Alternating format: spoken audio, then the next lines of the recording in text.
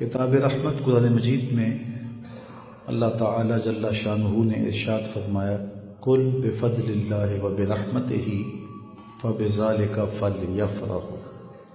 اے محبوب ارشاد فرما دیں جب اللہ کا فضل اور رحمت ہو تو انہیں چاہیے کہ فرحت کا، مسرت کا، خوشی کا اظہار کریں۔ جب بھی کوئی فرحت و راحت کی خبر پہنچے، جب کوئی خیر کا پیغام آئے، جب کوئی نعمت نصیب ہو، کوئی فضل و رحمت نصیب ہو، تو قلب میں اس کی فرحت، اس کے اثرات ضرور مرتب ہوتے ہیں، اور اس کے اظہار کے مختلف طریقے انسان اختیار کرتا ہے، اور یہ انسان کی طبع ہے۔ جب خوشی ہوتی ہے تو اس کے چہرے سے محسوس ہوتا ہے کہ یہ خوش ہے، اور جب وہ دکھی اور غم زدہ ہوتا ہے تو اس کا چہرہ بتا دیتا ہے کہ یہ دکھی اور غم زدہ ہے۔ اب اس مسرت اور اس فرحت کا اظہار ہم اپنی زندگی میں، عملی زندگی میں مختلف پیراؤں سے، مختلف ذرائع سے کرتے ہیں۔ اللہ اولاد جیسی نعمت عطا کرے، بیٹا ملے تو مٹھائیاں بانٹ کر کے اس کی خوشی کا اظہار کرتے ہیں، اور اگر ہمیں اور کوئی خوشی اور مسرت ملے تو اس کا بھی اظہار کیا جاتا ہے۔ اور شریعت میں کسی بھی مسرت اور کسی بھی خوشی کے ملنے سے جو مشروع طریقہ ہے، جو شریعت میں محمود ذریعہ ہے اور ناجائز نہیں ہے، اس طریقے سے اظہار فرحت کیا جا سکتا ہے۔ آپ کو کوئی خوشی ملتی ہے تو آپ روزہ رکھ لیں، اللہ کا شکرانہ ادا کریں، نوافل کی کثرت کریں، اللہ کا شکر ادا کریں، اس نعمت پر اپنے قول سے، عمل سے، رویے سے شکریہ ادا کریں، اپنے دوستوں کو کھانا کھلائیں، اپنے دوستوں کی دعوت کریں، لوگوں میں، غرباء میں، مساکین میں کچھ بانٹ دیں۔ بہت سارے طریقے ہیں مسرتوں کے اظہار کے، اور مختلف خوشیوں کے مواقع پر مسرتوں کے اظہار کے مختلف طریقے بھی ہمیں بتائے گئے ہیں۔ بیٹا پیدا ہو تو عقیقہ کرنے کی تلقین کی گئی ہے، یہ مسرت کے اظہار کا ایک ذریعہ ہے۔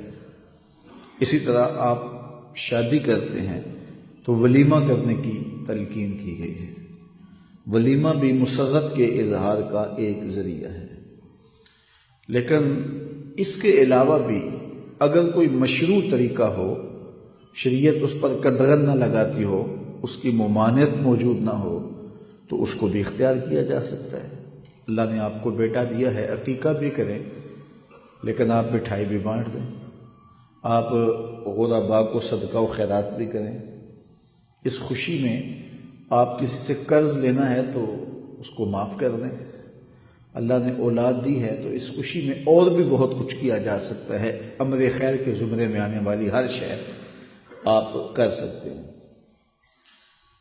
تو جب کوئی خوشی ملے، کوئی مسرت ملے، تو اس پر اظہار فرحت ہونا چاہیے، اور اس کی تلقین کی گئی ہے۔ یہاں فرمایا ہے اللہ کا فضل اور اس کی رحمت ملے تو انہیں خوشی کا اظہار کرنا چاہیے، انہیں فرحت اور مسرت و بشاشت کا اظہار کرنا چاہیے۔ اور میں کہتا ہوں اگر کوئی رحمت ملے تو خوشی کرنی چاہیے، اور اگر رحمت للعالمین مل جائے تو کوئی فضل ملے تو خوشی کرنی چاہیے، اور اگر فضل کبیر مل جائے تو حضور علیہ السلام کی صورت میں ہمارے اوپر جو انعام ہوا، میں کہتا ہوں ساری زندگی اس پر ہم شکریہ ادا کرتے رہیں، حق کے شکر پھر بھی ادا نہ ہو۔ اور یہ اتنی بڑی نعمت ہے، اتنی بڑی نعمت ہے، ہمارے وجود بھی حضور کی برکت سے قائم ہے۔ ہم معرض وجود میں نہ آتے اگر حضور تشریف فرما نہ ہوتے۔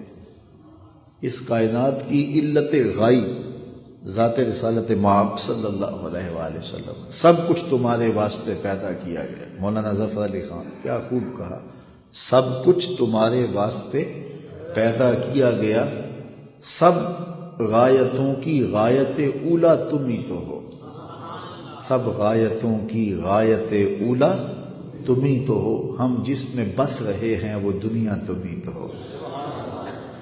تو ساری خوشیاں، ساری مسرتیں جو ہمیں میسر ہیں، حاصل ہیں، یہ اس نعمت کبریٰ کے صدقے سے ہمیں نصیب ہوئی ہیں۔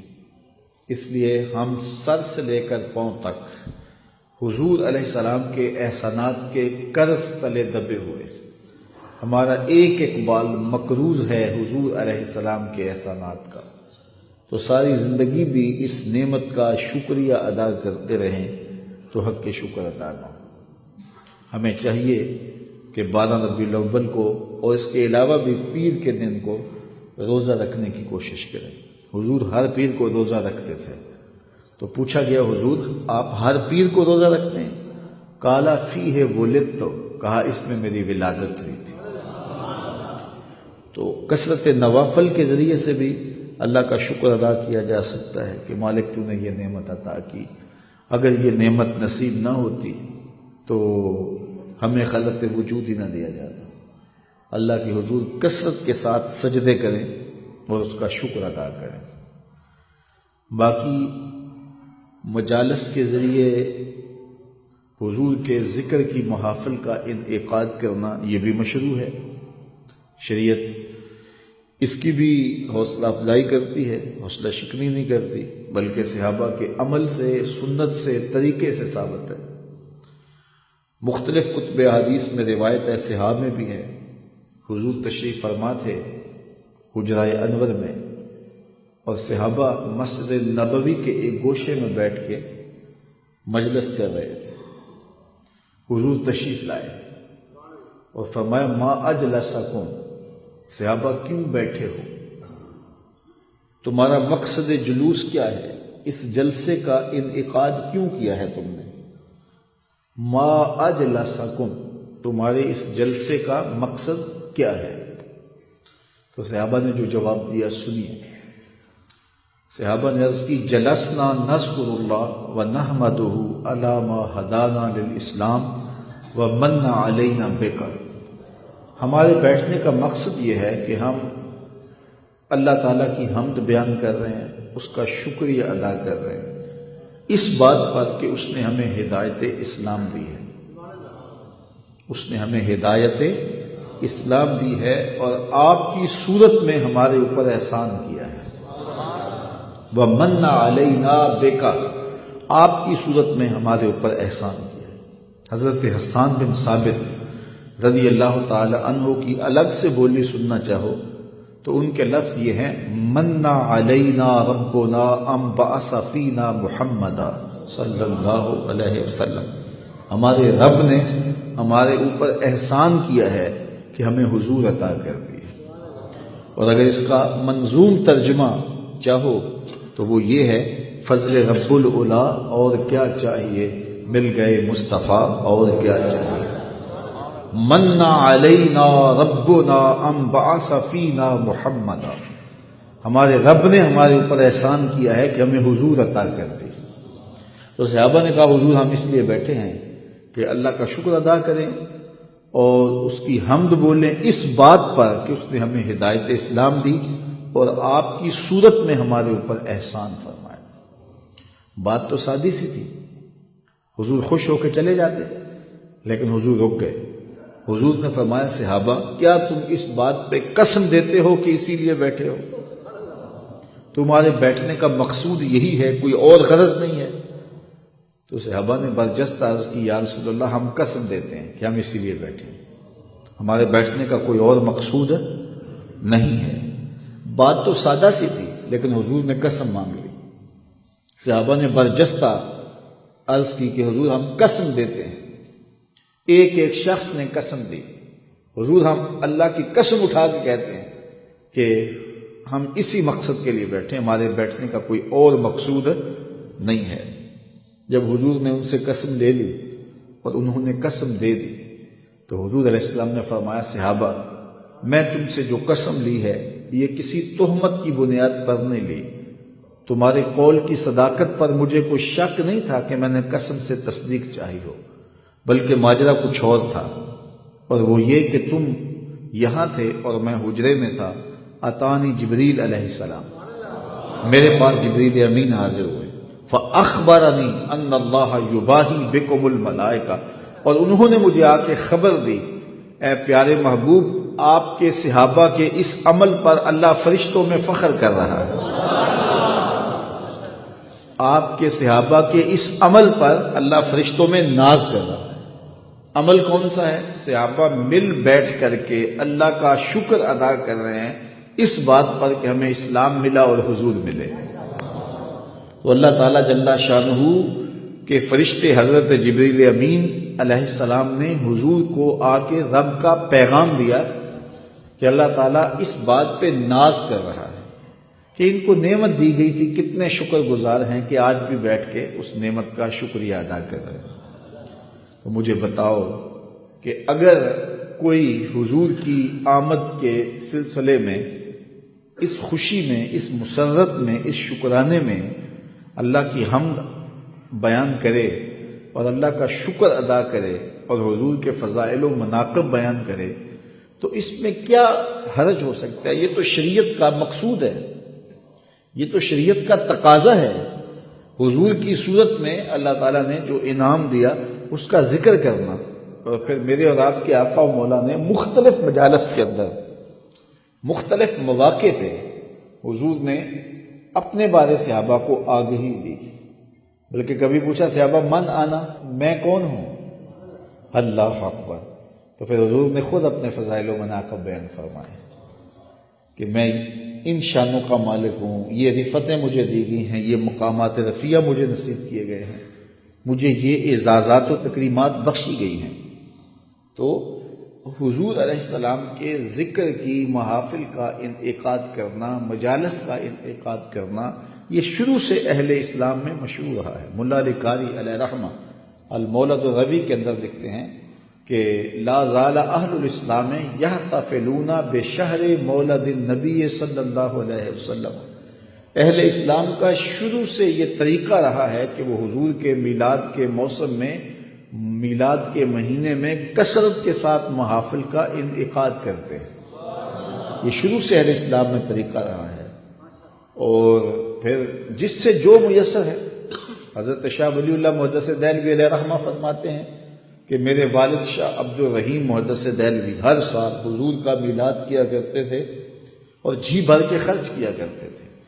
ایک بار حالات سازگار نہیں تھے اور وہ جو معمول تھا اس کو نبھانے کا یارہ نہیں تھا، لیکن سوچا کہ چلو میں اس عمل کو اور اس معمول کو جاری رکھوں، اس کا تسلسل نہ ٹوٹنے پائے۔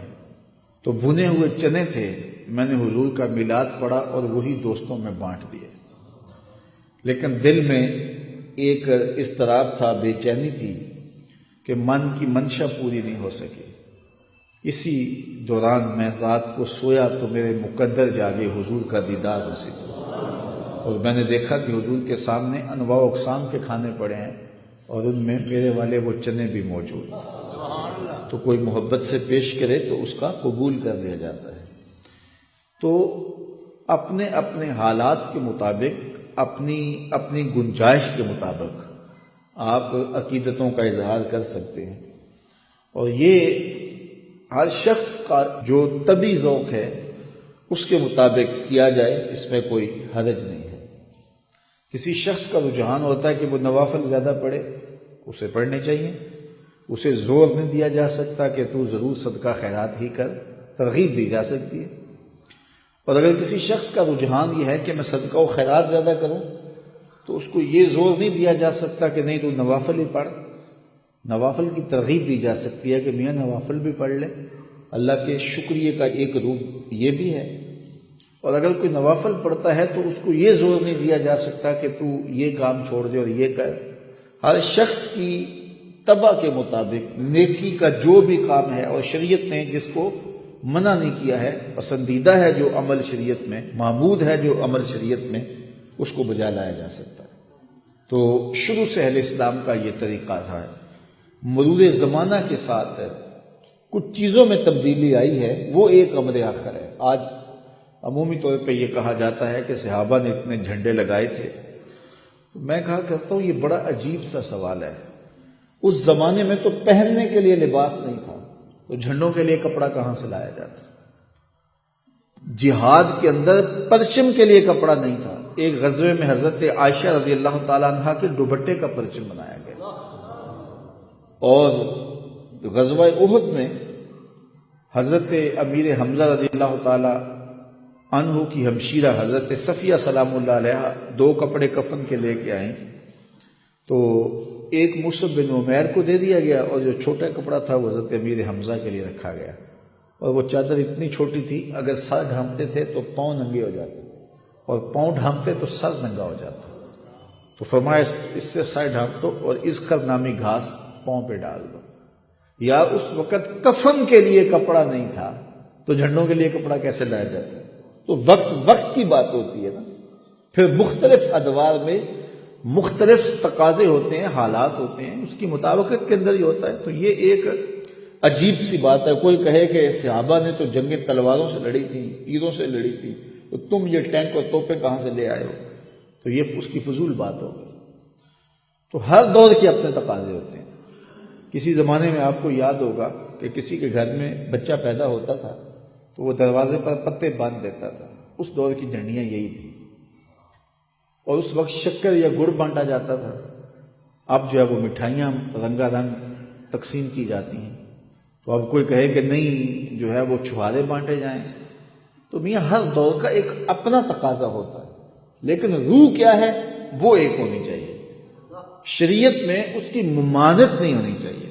تو مسرت کے اظہار کے جو بھی مشروع اور جائز طریقے ہیں، ان کے ذریعے سے خوشی کا اظہار کیا جا سکتا ہے، اور ہر شخص اپنی گنجائش اور حالات کے مطابق کر سکتا ہے۔ کوئی قدغن نہیں ہے شریعت کی جانب سے کہ تم یہ کچھ کرو اور یہ کچھ جو ہے وہ تم نے کیوں نہیں کیا ہے۔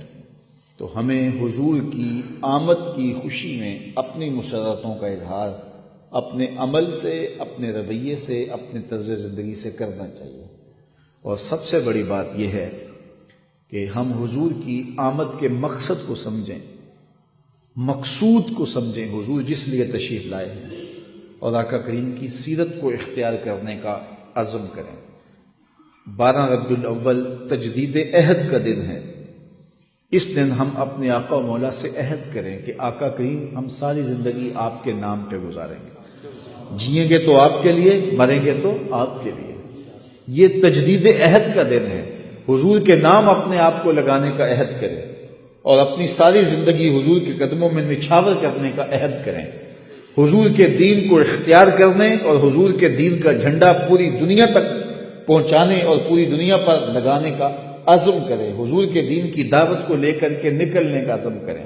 یہ تجدید عہد کا دن ہے، اور ہم اپنے دل سے یہ عہد کریں، اپنے آقا و مولا کے ساتھ یہ عہد کریں کہ ہم ساری زندگی آپ کے نام لگا دیں گے، اور زندگی کا ایک ایک گوشہ اور ایک ایک کونا شریعت کے نور سے منور ہوگا، اور صرف ہمارا میلاد جھنڈیوں تک محدود نہ رہ جائے، ہمارا میلاد جھنڈوں تک محدود نہ رہ جائے، ہمارا میلاد حضور علیہ السلام کی محبتوں کے تمام تقاضوں کو پورا کرے، حضور کے پیار کے تمام تقاضوں کو پورا کرتا دکھائی دے۔ میں کہا کرتا ہوں کہ بازاروں پر تو جھنڈیاں لگا لی، کوچہ و بازار کو تو زیبائش و آرائش سے مالا مال کر لیا، اور آپ نے اپنے گلیوں کی صفائیاں بھی کر لیں۔ میں نے دیکھا ہے میلاد کے موسم میں بچے نالیاں بھی صاف کر رہے ہوتے ہیں، اور یہ بڑی اچھی بات ہے، لیکن میں کہتا ہوں کہ گلیوں کا گند تو صاف کر لیا، ذرا جھاڑو لے کے دل کی گلیوں کا پھیرا بھی لگاؤ۔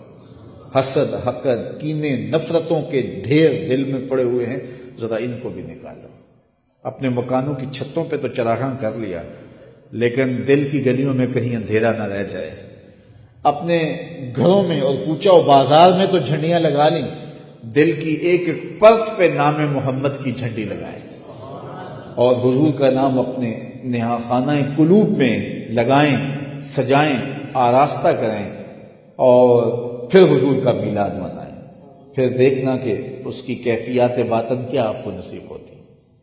تو حضور علیہ السلام کا ذکر بھی کریں، حضور علیہ السلام کے نام کے نعرے بھی لگائیں، حضور علیہ السلام کے نام کی محافل بھی سجائیں، حضور علیہ السلام کے جھنڈے لے کر کے جلوس بھی نکالیں، آقا کریم علیہ السلام کی نعت خوانی بھی کریں، حضور کی مد و ستائش کے پھول بھی برسائیں، اور آقا کریم علیہ السلام کی ولادت کی خوشی میں مٹھائیاں بھی بانٹیں، غرباء کو صدقہ و خیرات بھی کریں، دکھیوں کے کام بھی آئیں، مصیبت زدوں کے سر پہ ہاتھ بھی رکھیں، اور جو ہے وہ نوافل بھی پڑھیں، روزے بھی رکھیں، اور اپنی ساری زندگی کو حضور کے نام لگانے کا عہد بھی کریں۔ یاری لا تو پاک نبی سنگ اے پر پوری یاری، پھر درود قبول ہے تیرا لکھ نالوں ایک واری۔ تو اپنی ساری زندگی ہم حضور کے نام لگانے کا عہد کریں، اور میں کہتا ہوں کہ میلاد کا موسم نئی نسل میں حضور کا پیار منتقل کرنے کا ایک مؤثر ذریعہ ہے۔ اللہ تعالیٰ دلوں میں جو ایک شوق اور پیار کا جہاں آباد کرتا ہے اور سینے حب رسول کی دولت سے مالا مال ہوتے ہیں، تو اس سے ہم اپنی نئی نسل کی تربیت کر کے ان کو صراط مستقیم پر گامزن کر سکتے ہیں اور ان کو عملی زندگی کی طرف لا سکتے ہیں۔ اور ہوتا بھی ہے کہ میلاد کے موسموں میں بہت سارے لوگ جو ہیں وہ اللہ کے فضل سے نیکی کی راہوں پہ آ جاتے ہیں۔ یہ میرا ذاتی تجربہ ہے کہ لوگ محافل میلاد میں آتے ہیں، ان مجالس میں آتے ہیں، اور پھر ان کی دل کی دنیا بدل جاتی ہے، اور یہ لازمی نتیجہ ہے محفل میلاد کا۔ ہاں، اگر میں محافل میلاد کو اپنی کمائی کا ذریعہ بنا لوں تو اس کے کچھ نتائج پیدا نہ ہو رہے ہوں تو یہ قصور میرا ہے۔ میں محافل میلاد کے ذریعے سے حصول زر مقصد زندگی بنا لوں تو اس سے نتائج پیدا نہ ہوں تو یہ ایک میرا قصور ہو سکتا ہے۔ باقی حضور کا میلاد تو نور بانٹتا ہے، حضور کا میلاد تو روشنیاں بانٹتا ہے، اور میلاد پر مسرتوں کا اظہار کرنے والے، خوشیاں کرنے والے محروم نہیں رہتے۔ ابو لہب نے لونڈی کو آزاد کیا تھا، اور نبی سمجھ کے آزاد نہیں کیا تھا، بھتیجا سمجھ کے آزاد کیا تھا۔ جب اس نے خوشخبری دی کہ تیرے مرحوم بھائی کے ہاں بیٹا ہوا ہے تو اس نے انگلی سے کہا جا تو آزاد ہے۔ تو ابو جہل ساری زندگی حضور کی مخالفت بھی کرتا رہا۔ مرنے کے بعد حضرت عباس رضی اللہ تعالیٰ عنہ کو خواب میں ملا، اور انہوں نے پوچھا بتا کیسی گزر رہی ہے؟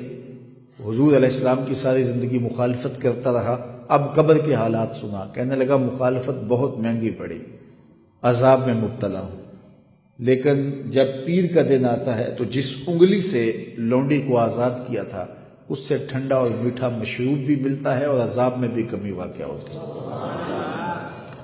شارح مسلم امام نووی علیہ رحمہ کے استاد امام ابو شامہ علیہ رحمہ فرماتے ہیں، جب ایک کافر جس کی مذمت میں قرآن اترا ہے اور جس کے کفر میں شک نہیں ہے اس کو بھی اس کا کچھ فائدہ پہنچا، تو جو موحد اور مومن حضور کے میلاد پر خوشی کا اظہار کرے گا اللہ اس کو کتنا عطا کرے گا۔ دوستاں را کجا کنی محروم تو کے بعد دشمنہ نظر داری، جب تو دشمنوں کو اتنا دے رہا ہے تو پھر دوستوں کو کتنا کچھ عطا کرے گا۔ تو یہ تو ایک ذریعہ ہے اپنے آپ کو سنوارنے کا، اپنی آخرت بہتر کرنے کا، اور ہم خام خواب میلاد کے موسم میں آپس میں رج پڑتے ہیں، جلوسوں پر پتھراؤ ہوتا ہے، لڑائی ہوتی ہے، ہم نے گزرنے دینا۔ وہ عجیب بات ہے، وہ میاں یہ کس کا نام لے رہے ہیں؟ یہ تو نام رسول اللہ کا لے کے گزرنا چاہ رہے ہیں، اور آپ راستے میں ڈنڈے پکڑ کے کھڑے ہیں، اس کو گزرنے نہیں دینا۔ تو یہ آپ کیا جواب دو گے کل قیامت کے دن رسول اللہ کے سامنے کہ آپ کا نام لے کے گزرنا چاہتے تھے، ہم نے گزرنے نہیں دیا؟ تو یہ عجیب صورتحال ہوتی ہے۔ تو میلاد سے تو امت کی وحدت حاصل کی جا سکتی ہے اور امت کو جوڑا جا سکتا ہے۔ اور جب پاکستان مارز وجود میں نہیں آیا تھا تو بر صغیر پاک و ہند کے اندر جو ہے وہ جلوس نکلتے تھے تو اس میں مختلف مکاتب فکر کے لوگ شامل ہو جاتے تھے کہ ہندوؤں کے مقابلے میں، اور آج بھی یہاں ربوے میں جلوس نکلتا ہے تو جو یہاں مخالفت کرتے ہیں وہاں وہ جلوس کی قیادت کرتے ہیں، نکالتے ہیں، جی وہاں ان کے مقابلے میں، مرزائیوں کے مقابلے میں۔ تو مرزائیوں کے مقابلے میں میلاد کا جلوس جائز ہو جائے اور یہاں جائز نہ ہو، اس فلسفے کی مجھے آج تک سمجھ نہیں آئی جو ناجائز اور شرک یہاں ہے تو وہ وہاں بھی ہونا چاہیے۔ اسلام کے معیار کوئی دورے تو ہے نہیں ہے، اسلام تو ایک سیدھا سادہ صاف و ستھرا معیار رکھتا ہے۔ اور پھر دوسری بات یہ ہے، آج یہ کہا جاتا ہے یہ جھنڈے لگانے، یہ جھنڈیاں لگانیاں، یہ سب کچھ کرنا، یہ فضول خرچی ہے، اس سے کسی غریب کی شادی کر دی جاتی، کسی بیوہ کی مدد کر دی جاتی، کسی دکھی کے کام آ جایا جاتا۔ اور یہ وہ کہے جس نے ساری زندگی جھنڈا نہ لگایا ہو، ساری زندگی اس نے کوئی فضول خرچی نہ کی ہو، تو پھر بھی اس پہ ہم سوچیں۔ لیکن یہ وہ شخص کہہ رہا ہے کہ جس کا اپنا قائد تنظیم آتا ہے، اپنا قائد آتا ہے، اپنا مولوی آتا ہے، تو وہ جھنڈی بھی لگاتا ہے، اشتہار بھی لگاتا ہے، جھنڈے بھی لگاتا ہے اور استقبال بھی کرتا ہے، اور اس کا جلوس وہاں پل سے لے کر کے آتا ہے، تو وہ کہتا ہے یہ جائز نہیں۔ میاں تیرے مولوی کے لیے جائز ہے اور اللہ کے رسول کے لیے جائز نہیں، تو یہ عجیب سی بات ہے۔ تو اس منافقت کو بدلنے کی ضرورت ہوتی ہے۔ اور یہ موسم میلاد کا، یہ تو محبت کا موسم ہے، یہ تو پیار کا موسم ہے۔ اس وقت امت ٹکڑوں میں بٹی ہے اور امت کو جوڑنے کی ضرورت ہے، اور امت jab بھی جڑے گی نام محمد پہ جڑے گی، یہ واضح میں رکھیں۔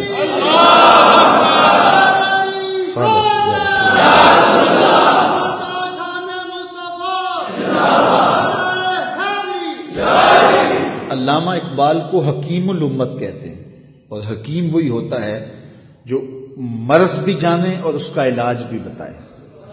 علامہ اقبال نے اس امت کے امراض کی تشخیص بھی کی ہے اور اس کا علاج بھی بتایا ہے، اور اس امت کے علاج جو اقبال نے تجویز کیے ہیں ان میں سے جو مرکزی دوا ہے وہ یہ ہے، قوت عشق سے ہر پست کو بالا کر دے، دہر میں اسم محمد سے اجالا کر دے۔ اقبال کہتے ہیں دنیا میں جب بھی روشنی پھیلے گی اور اندھیرا اور ظلمت چھٹیں گے تو وہ صرف نام محمد کا چراغاں ہی ہے جس سے ظلمتوں کو مٹایا جا سکتا ہے اور روشنیوں کو پھیلایا جا سکتا ہے۔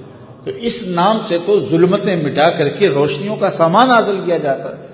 یہ جائے کہ ہم اس نام کی پکار کو روکنے کے درپے ہوں اور عجیب باہم جنگ و جدل کر رہے ہوں، کیا ایک امتی کو یہ زیبا ہے کہ وہ اپنے نبی کے نام کو روکنے کے لیے کوشاں ہو جائے، اس کے اوپر دلائل گھڑتا رہے؟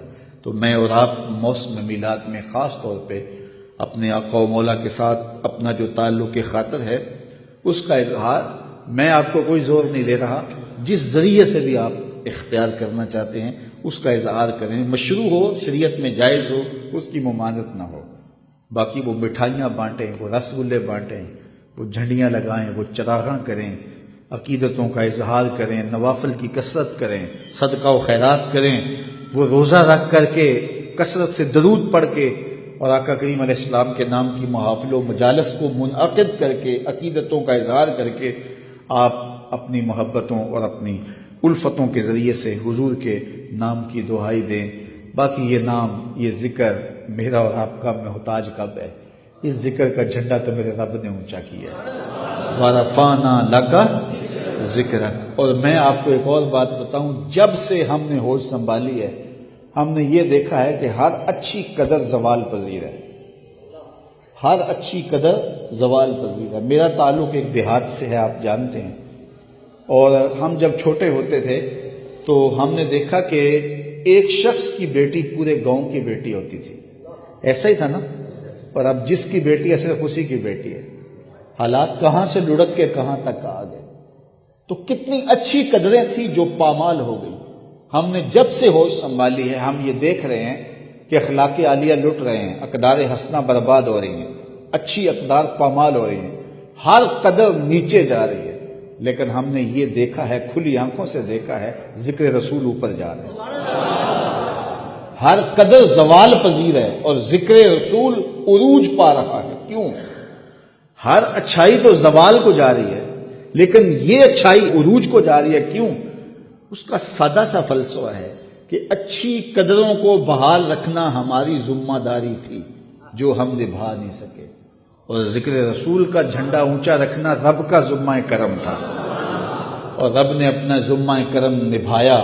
وَلَلْآخِرَةُ خَيْرٌ لَكَ مِنَ الْأُولَىٰ۔ محبوب ہر آنے والی گھڑی تیرے لیے گزری ہوئی گھڑی سے بہتر ہوگی، تو پریشان ہونے کی ضرورت نہیں، ابھی تو اور حضور کا نام بلند ہونا ہے، ابھی تو جھنڈے اور اونچے ہونے ہیں، اور ایک وقت آنا ہے، صحیح احادیث میں یہ خبریں دی گئی ہیں کہ کائنات کی کوئی چھت ایسی نہیں ہوگی جس پہ میرے حضور کے نام کا جھنڈا نہیں ہوگا، رہے گا یوں ہی ان کا چرچا رہے گا، بڑے خاک ہو جائیں جل جانے والے۔ اللہ آپ کو سلامت رکھے، دنیا آخرت کی برکتیں دے۔ اچھا، یہ بات بھی ذہن میں آ جاتی ہے کہ یہ ہر سال ان گھڑیوں میں درود پڑھنے کا کیا فائدہ؟ حضور تو صدیوں قبل اس دنیا پہ جلوہ گر ہوئے تھے، تو یہ لکیر کی کہیں فقیری تو نہیں ہے کہ ہر سال اس لمحوں میں کھڑے ہو کر کے درود و سلام پڑھا جاتا ہے اور میلاد کے موسم میں جو ہے وہ ذکر کیا جاتا ہے۔ یار حضور تو ایک سال آئے تھے، ہر سال تو نہیں آتے۔ تو ہم کہتے ہیں ہاں بالکل حضور ایک سال ہی آئے تھے، جس طرح قرآن نازل تو ایک سال ہی ہوا تھا، لیکن ہر سال جب لیلۃ القدر آتی ہے قرآن تو نہیں اترتا، فرشتوں کو اترنے کی عادت ہو گئی ہے۔ اس لیے حضور تو ہر سال نہیں آتے، لیکن جب سال کے بعد وہ گھڑیاں آتی ہیں رحمتیں اترتی ہیں، انوار پھیلتے ہیں اور ہر سمت جو ہے وہ روشنیاں پھیل جاتی ہیں۔ تو خاص ان لمحوں کے دامن میں کھڑے ہو کر کے ہم حضور کی بارگاہ میں سلام پیش کریں گے۔ اللہ آپ کو جزا دے۔ وآخر دعوانا